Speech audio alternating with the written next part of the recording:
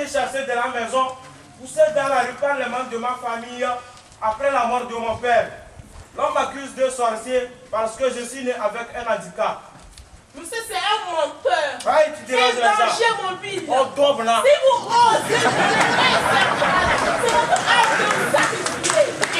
Accompagnez-moi, s'il vous plaît. Toi, petit comme ça, sorcier. Ce n'est pas vrai. C'est vrai, monsieur. Tu as pu tuer ta mère pour tuer ton père. Faites attention, il n'est pas seul. Ils sont nombreux. Tous les enfants qui sont nés et qui naissent avec un handicap font partie du même lot. Ils sont des enfants sorciers. Tu mérites qu'on te tue. Les enfants qui sont dans ta situation méritent la mort. Faites-la. Avec celui-là. Non. Je ne peux pas accepter. Jamais. Je ne peux pas accepter. Je ne peux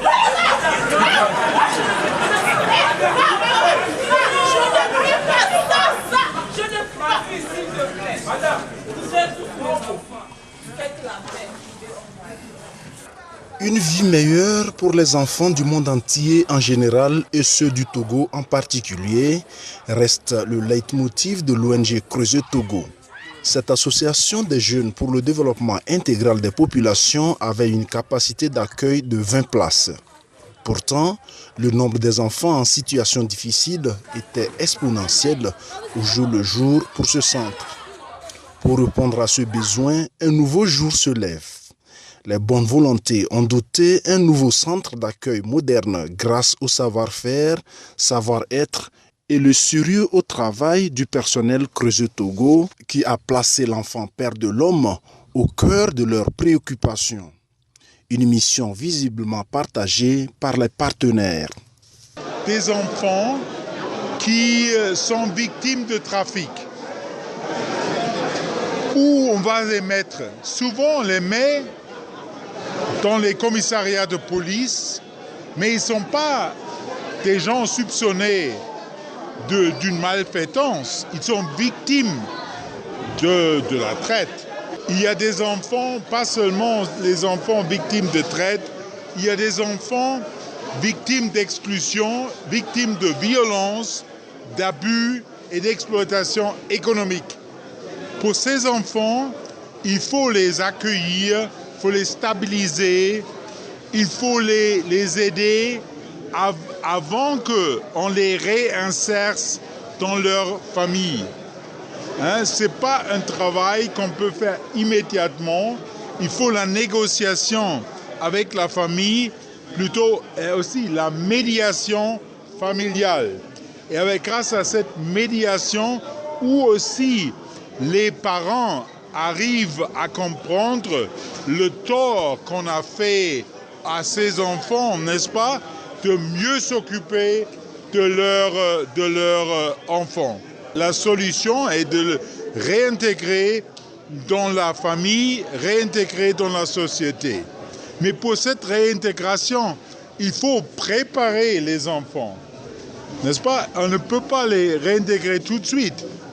Et ça, c'est très important de préparer cette réinsertion à la fois familiale, sociale et professionnelle. Sur une superficie de 3 lots, il a fallu 10 mois de travaux, de la planification jusqu'à la réalisation complète de ce centre Kandia. Une expression de la langue kabyé, langue parlée au nord du Togo, qui signifie protecteur. Comprenant 3 grands compartiments, ce centre est composé des dortoirs, des bureaux, salles de santé, de conférences et bien d'autres. Le centre Kandia est composé de plusieurs compartiments. Au rez-de-chaussée, nous avons 2 grands bâtiments. Le tout premier, réservé pour les dortoirs des enfants et des sanitaires, et le second, le dortoir et sanitaire des filles. Ensuite, s'ajoute une infirmerie composée d'une salle de soins et salle de malades. On note également une salle d'éducation, un réfectoire, des bureaux des éducateurs et une salle de permanence qui permet à l'éducateur de nu de veiller à la sécurité des enfants. Nous avons aussi au rez-de-chaussée une boutique qui constitue une action d'AGR et un centre de formation professionnelle en couture. Du côté annexe, un grand matériel de jeu, notamment le trampolin, partie élevage, lapins et volailles, le jardin pour les activités maraîchères, une maisonnette avec toboggan et un terrain de jeu foot petit poteau. À l'étage, c'est-à-dire que le premier étage, nous avons une salle de conférence climatisée, sonorisée, à base d'un système d'énergie solaire photovoltaïque. Nous avons aussi le bureau du directeur, le bureau du chargé de projet, le bureau équipe terrain, le bureau directeur exécutif, le bureau comptable. Bref, 6 bureaux au total. Nous avons apporté notre pierre au développement de notre pays. Et pour les enfants, c'est une maison d'accueil où ils seront pleinement épanouis. Aucun développement n'est durable sans l'énergie, qu'elle soit solaire, éolienne, hydraulique, biomasse ou géothermie. Pour cela, les partenaires techniques et financiers de Creusot Togo n'ont pas fait les choses à moitié. Ils ont fourni le centre en énergie solaire grâce à Urbis Foundation, une ONG spécialisée en énergie. L'énergie solaire qu'on a installée ici à Kandia a une capacité de 8 kV, en français 8 crêtes. Cette puissance peut alimenter les ordinateurs, les ventilateurs, les clims, les lumières aussi. Donc à peu près dans le mois, ils peuvent faire une économie de 72 000 francs CFA. Ce qui est énorme pour une telle, ou bien un tel centre où les enfants ont besoin d'autres choses. Donc la coopération a été faite par la fondation Urbis et Creusot Togo et Kindarect et d'autres partenaires. Donc pour vraiment aider notre société, j'ai pris l'initiative d'organiser ça avec nos partenaires en Allemagne. J'ai mes amis allemands qui sont des ingénieurs. Nous sommes arrivés tous ici à Sokodé pour faire cette installation. Et actuellement, le système fonctionne sans la CET. Depuis longtemps, j'ai eu à voir des projets qui ont échoué, parce qu'on transfère la technologie sans laisser la connaissance. Alors pour pallier ce problème, nous avons prévu qu'après cette installation, il y aura une formation des électriciens et ceux qui peuvent faire le froid, où on va les expliquer comment fonctionne, comment faire les entretiens, comment il faut réparer une panne au même moment pour qu'il n'y ait pas un arrêt du système. Si je fais des calculs, on tourne autour de 45 000 €. Donc la durée de vie des panneaux solaires est 25 ans. C'est pour cela que nous encourageons le gouvernement à embrasser l'énergie solaire qui est une richesse pour nous, qui ne coûte rien. Il suffit de mettre des efforts pour que le pays ait cette énergie. Autant d'actions pour le centre Kandia et qui est du goût des autorités locales et des bénéficiaires. Je prends la parole donc pour me réjouir de la présente cérémonie dont l'importance n'est plus à démontrer. L'inauguration de cette bâtisse dont l'immensité nous fait imaginer le coût. Ensuite, pour témoigner ma gratitude à l'ONG Creusot Togo pour toute ses actions en faveur des enfants en général et surtout ceux en situation difficile au Togo en particulier. En effet, depuis une décennie, cette ONG implantée dans notre région, la centrale pour la nommer, œuvre en faveur des enfants. Et dans cette dynamique, elle a pu, à travers ses partenaires allemands et surtout Kira International, décrocher ce grand projet dont la mise en œuvre a abouti à la construction du centre Kandia où nous sommes en ce moment. La réalisation du centre Kandia, gigantesque par son architecture, ce centre flambant neuf, j'allais dire, dont le ruban sera coupé dans un instant, a été possible par la bonté et l'humanisme des partenaires allemands. C'est pourquoi je prie le représentant de l'ambassadeur d'Allemagne de transmettre à son Excellence, Monsieur l'ambassadeur d'Allemagne au Togo, nos sincères remerciements pour l'action déterminante qui a été la sienne dans la réalisation de ce joyau et tous ceux qui ont œuvré pour que ce centre voie le jour. Je dis merci.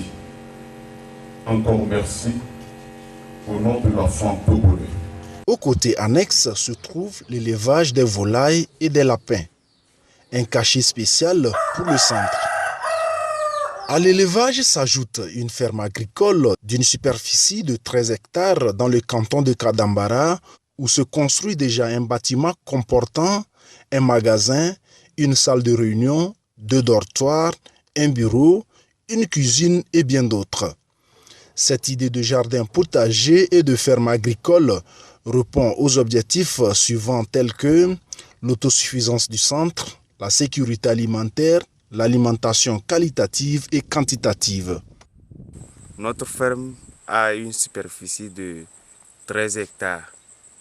Actuellement, nous avons déjà dessoucié 5 hectares que nous allons mettre le maïs, le niébé et du sésame.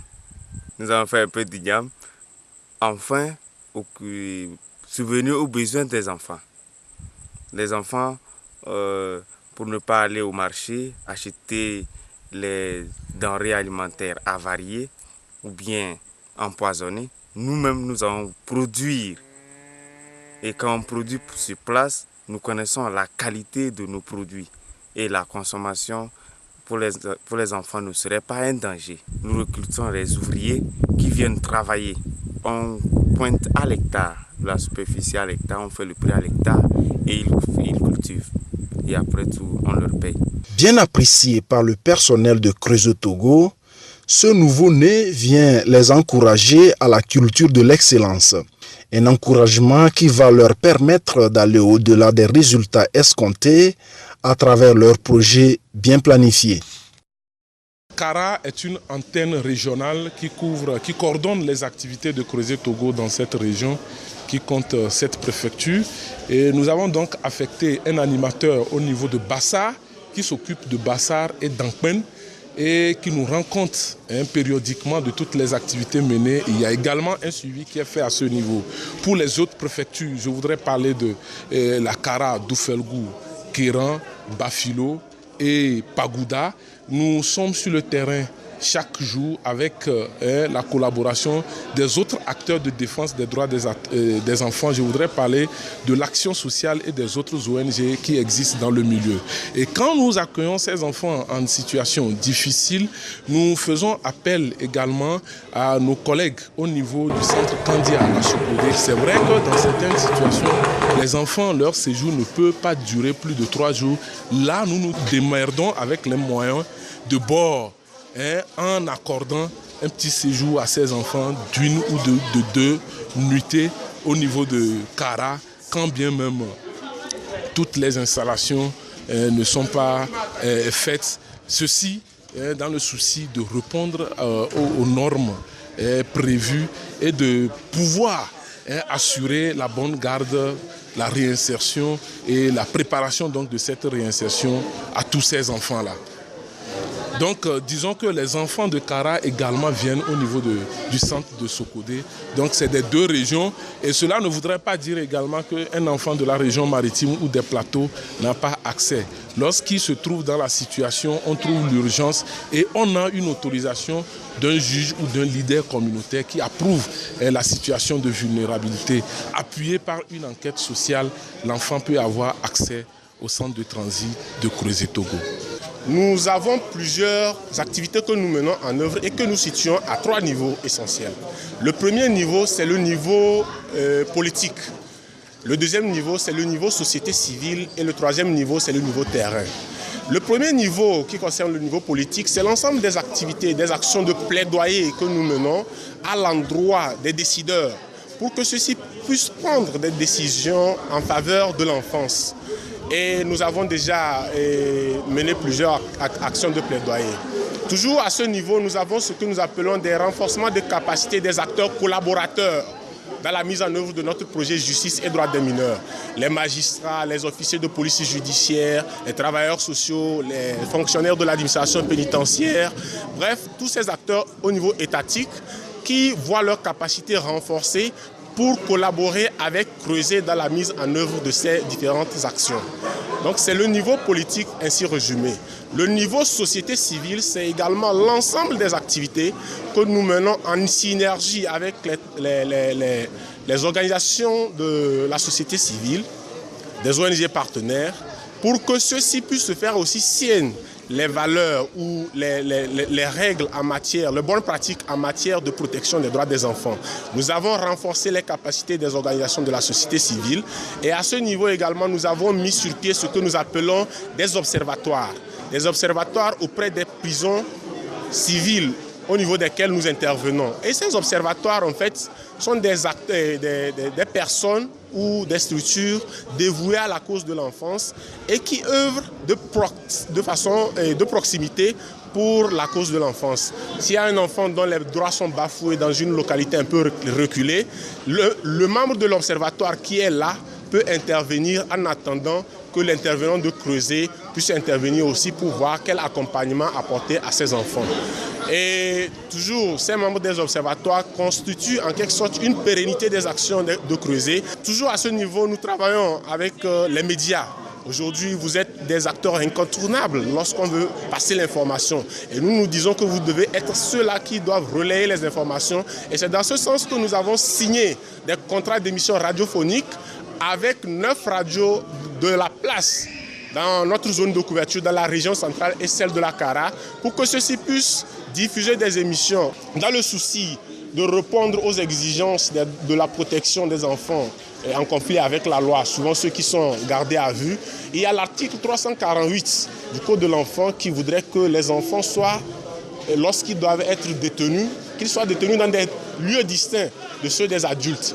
Et par rapport à ça, nous avons réaménagé des quartiers pour mineurs dans les prisons civiles de Sokodé et Kara et Kanté, pour que ces enfants-là ne soient pas détenus dans les mêmes conditions que les adultes, parce que nous nous disons que lorsqu'ils sont détenus dans les mêmes conditions que les adultes, c'est qu'ils sont à l'école du crime en quelque sorte. Donc nous avons voulu être en phase avec les instruments juridiques nationaux et internationaux en matière de protection des droits des enfants. Pour des raisons de médiation pénale, et nous, étant donné que nous prenons des alternatives à l'emprisonnement dans une dynamique de justice restauratrice, il faut penser à un centre où on peut garder l'enfant là-bas, parce que la loi le permet, qu'on puisse prendre des mesures de protection judiciaire à l'endroit des enfants. Et donc aujourd'hui, avec les juges des enfants, nous collaborons, on peut recueillir l'enfant pour des raisons de procédure judiciaire. Au lieu qu'il soit gardé à vue, il peut être au niveau du centre de Creuset, où il bénéficie d'une panoplie d'activités socio-éducatives, de cours d'alphabétisation, de remise à niveau, pour que celui-ci puisse sortir du centre avec des aptitudes pour être plus utile à la société.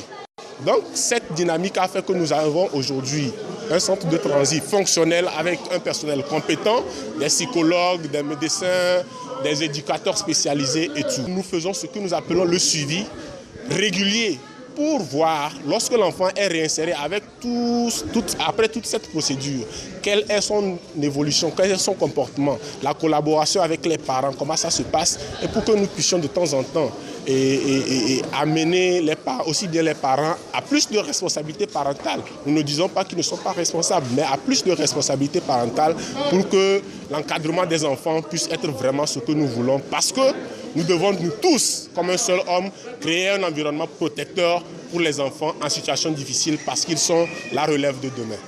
Pour répondre à d'autres besoins du centre, un moulin électrique sera installé les jours à venir à l'entrée nord du site. Avec sa capacité d'accueil et ses infrastructures modernes et adéquates, répondant aux normes internationales, le centre Kandia reste l'un des plus grands centres d'accueil et de référence au Togo. À 340 km de Lomé, la capitale togolaise, le centre est siégé dans la région centrale, plus précisément dans le quartier Koma, côté sud du complexe scolaire ITC Assomption du Sokoré.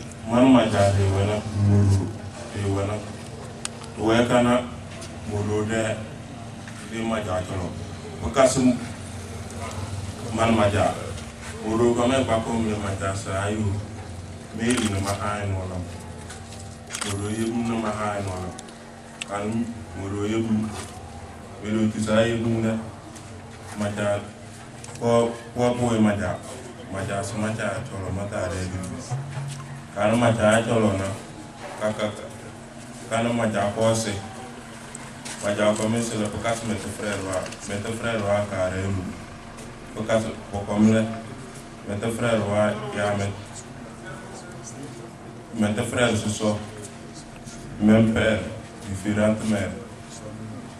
Et là, il n'y a pas son nasso. Et ouais, nasso, n'a pas tout qu'on doit se manquer. N'a pas de doit se manquer. Pas pour ça. Et ouais, nasso, nasso. Et il vient à béni ou pour casser. Maman m'a rappelé. Wahala, il m'a comme. Et pas été. N'a pas de ouais, doit.